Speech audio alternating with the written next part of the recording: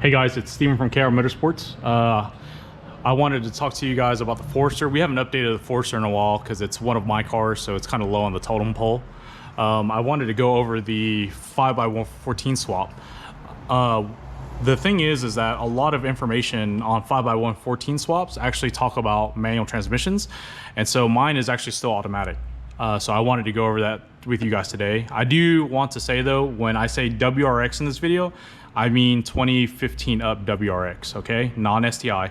So to go over it, I have 0814 STI suspension. It's actually airlift stuff. We'll go over that in a second. But in the very front, you're actually using everything from a manual WRX. So the brake calipers here, the rotors, and the hub are all from 15 WRX, okay?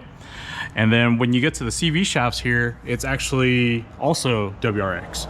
So this car is getting a manual swap. I'm actually using a 15 WRX 6-speed as well. And so for my swap, I didn't have axles. So I went ahead and said, you know, bought the axles just to see.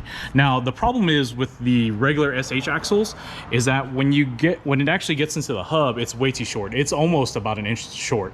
So when I got the car together, I just threw the axle nut on it and there was a huge gap, but it was enough for me to just get it out of the shop and park it on the street. Not a big deal.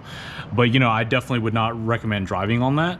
So again, it was one of those things where I had to get axles for my swap anyways, and if this didn't work out, I was just going to do manual swap down the line. WRX manual axle. I didn't try a CVT axle. I just bought a manual axle. I don't know the part numbers offhand, but so I don't know if they're the same or not. But what I can tell you is that the left and right axle are the exact same. And again, like I said, I used 0814 STI struts, and then everything else is from the 15 WRX. Now, what I do want to show you, which I think is weird, that probably doesn't really matter, is that the two calipers are different colors. I don't know why. I got them from O'Reilly's, but one is got this paint on it, and this other one is just like a really shiny raw aluminum finish or whatever. Not a big deal. I'm gonna get these powder coated anyways. I just needed it on for now. One thing that I do want to mention is that some people say that you have to get the WRX front brake lines. I was able to get mine to fit. I don't really like this angle here, so I may change them down the line, but the SH Forester ones did still fit. I had to bend this just a hair forward to give it a little bit of room, but like I said, it's got a little bit of play. I don't really like this kink here, but should be all right for now. If it does become an issue, then I will definitely let you guys know.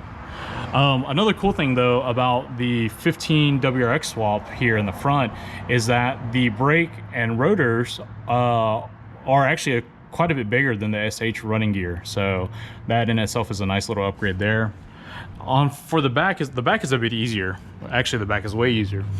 On the rear, I was able to retain everything from the SH calipers, uprights, everything. The only difference is that I use 814 STI wheel bearing. So you get the 0814 rear bearing, and your axle will still slide in, and then you get the rotor, and you're able to use the SH caliper still. And so everything else is the same. Now, this is not on that same subject, but kind of on the same subject. I use, this is the rear airlift struts are actually for a 0814 STI as well, and the thing is that it's really low. So I actually added a lift kit here in the back, and this is a street race 3-inch lift kit, and even at where the coilover is, so on these coilovers, you see this little hole here. You really do not want the threads to go beyond this hole, and so that means that in essence this coil is already maxed out in height and it's still too low. But like I said, the main concern was like I couldn't find any information about the axles, so I figured it was something that was worth sharing to somebody who, you know, may not even be doing a manual swap but want to go to 5x114 for the wheel selection. So definitely 15 up WRX axles for manual will work in an auto.